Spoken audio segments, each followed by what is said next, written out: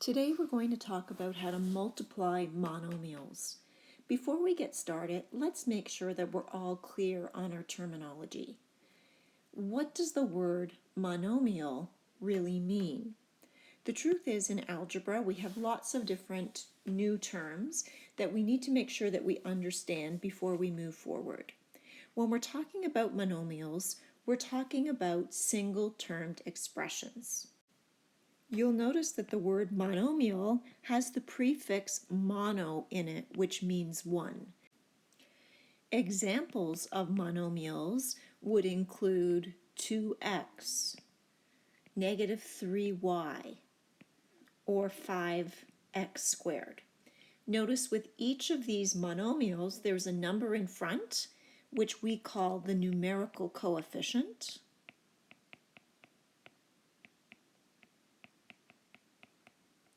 And basically the numerical coefficient tells us how many of the variables are present. So the number out front is called the numerical coefficient.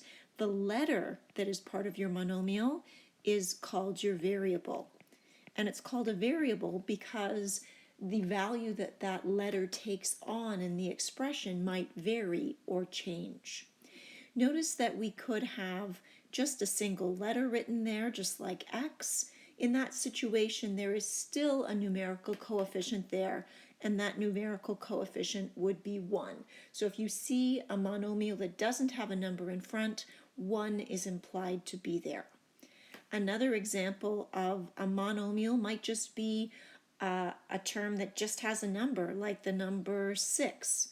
That is still a single-termed expression, but we also call that a constant because it doesn't have a variable attached to it. Other terms that may be new to you this year include binomial, trinomial, and polynomial. Just like when we were dealing with monomials, the prefix or beginning part of the word basically tells us how many terms are present. So if we're talking about a binomial, just like when we're dealing with a bicycle, there are 2 wheels, a binomial has 2 terms.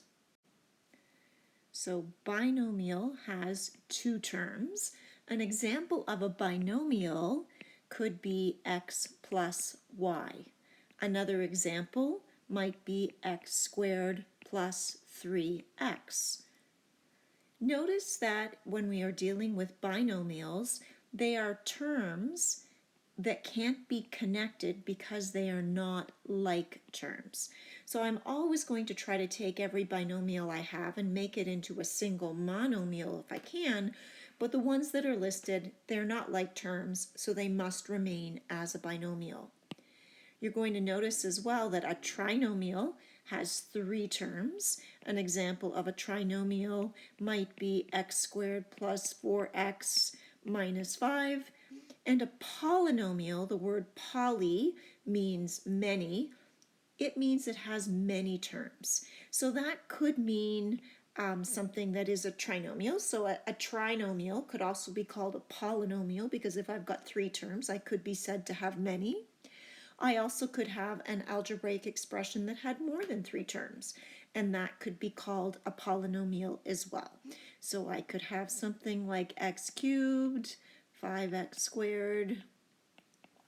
I'm just making up those numbers as I go along, ensuring that they are not like terms that could be simplified, and I'm counting the number of terms that are added or subtracted.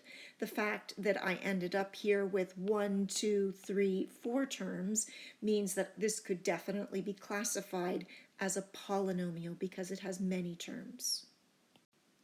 Let's see if we can connect the concept of determining the area of a rectangle to multiplying monomials. Let's start with the question here where I have a rectangle that is 2 centimeters wide and 3 centimeters long.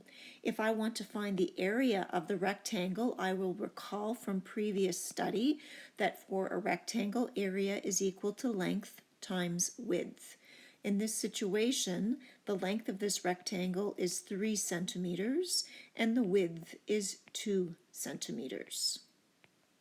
Hopefully we will recall that when we multiply 3 centimeters by 2 centimeters, we would get 6, and our units for area would include squared units or centimeters squared. I want you to notice that the distance here is representing 1 centimeter. So the length here is 1 centimeter and another centimeter. And similarly, there would be 1, 2, 3 centimeters wide. So hopefully, since this distance I'm highlighting represents a length of 1 centimeter, we can see that this square area represents 1 centimeter squared. We can see that in this particular rectangle, we would have 6 of these areas, as we were able to determine using our formula and our thinking from last year. Let's now replace our numerical values on our length and width and replace them with variables. So our width in this situation, I'm going to call this distance x, and we'll see I've shown over here on the side what the distance x is supposed to look like. You'll notice here then I have 2 x's because it's double the distance that was at the side. So if that is the case, I could actually show the different parts to this. We will know that we would have, if this is representing x squared, we would actually have 2 of those x squared tiles that formed our area. Let's see if we can connect that to what we're actually doing algebraically. We know that area is equal to length times width. In this case, that would be 2x times x. That would be the same thing as 2x squared tiles that we have. Let's consider the third example. In this case, I've chosen to make this red distance equivalent to y. You'll notice that along the width of our rectangle, that's actually 3 y's long. The length of our rectangle is actually 4 y's long. So 3y is the same thing as y plus y plus y, and 4y, which represents the entire length, is the same as y plus y plus y plus y. Let's draw in our grid and see if we can get our answer. So that's a really rough sketch here, but we'll notice that when I draw in the grid, we can find out how many y squareds that look like this over here we actually produce that represent our area.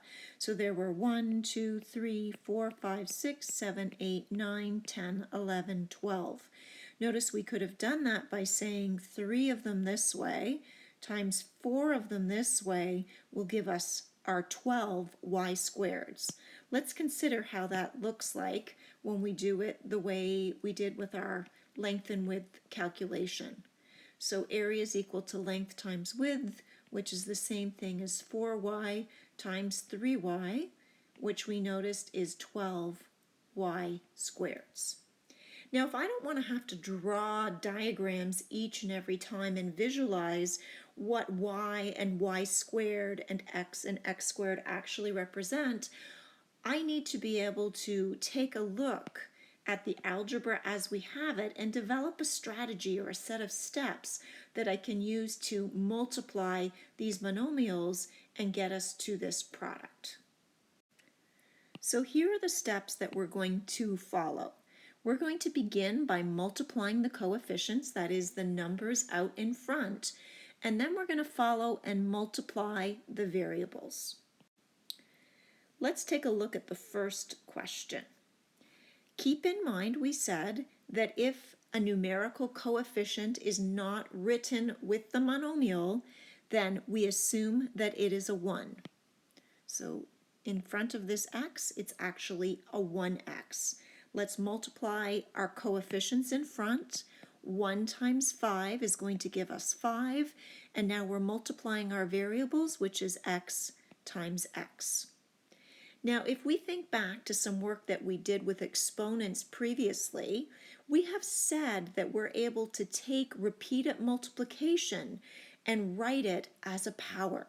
So you may recall from last year that instead of writing something as x times x, I can write it instead more concisely as x squared. So x squared tells us or represents x times x. Basically, the base, or the number at the bottom, tells us what it is that is being multiplied repeatedly. The little exponent tells us how many times that base is being multiplied by itself. Let's take a look at the second example. Let's begin again by multiplying the coefficients. So I'm going to write 3 times 4, and I'm going to multiply the variables x times x. In this situation, 3 times 4 is going to give me 12. Instead of leaving my variables written as x times x, I'm going to write it as a single term, and that term will be x squared because x has been multiplied by itself twice. Let's try one more. Negative 5x, one of the monomials, times a second monomial, 2x, we're multiplying those together. We'll start with multiplying our numerical coefficients, so that's 5 times 2, and of course I still have the x times the x. I need to recall our rules for multiplying integers. We have a negative times a positive, so my product is going to be a negative. 5 times 2 is 10, and instead of writing again the x as x times x, I want to write it as x squared. Now I want to challenge you to test your understanding of this particular concept and try the next 3 questions. I want you to copy these questions down, pause the video, and give them a try. Come back and press play again once you've had a chance to try these on your own.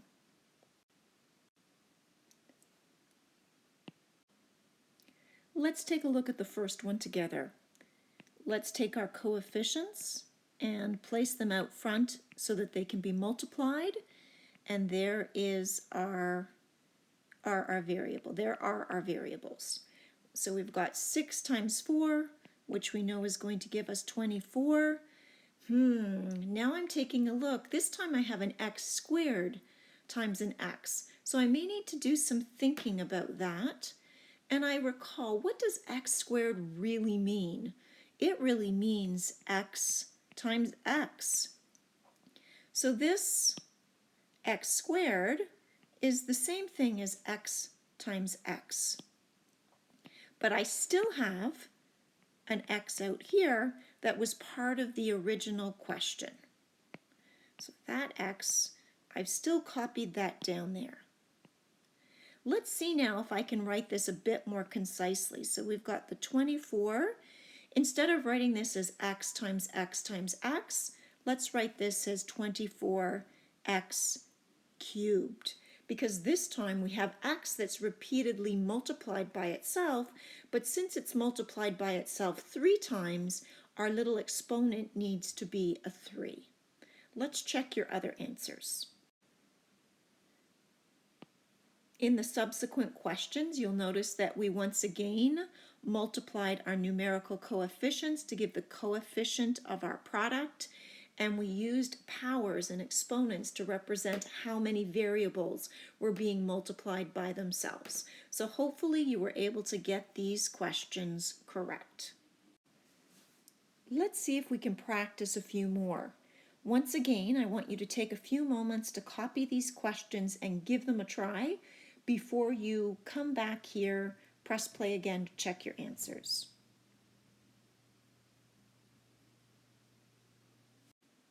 So hopefully you're moving in the correct direction and got most of these answers right.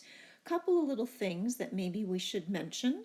You'll notice in question number 3 that we have a negative x monomial written there.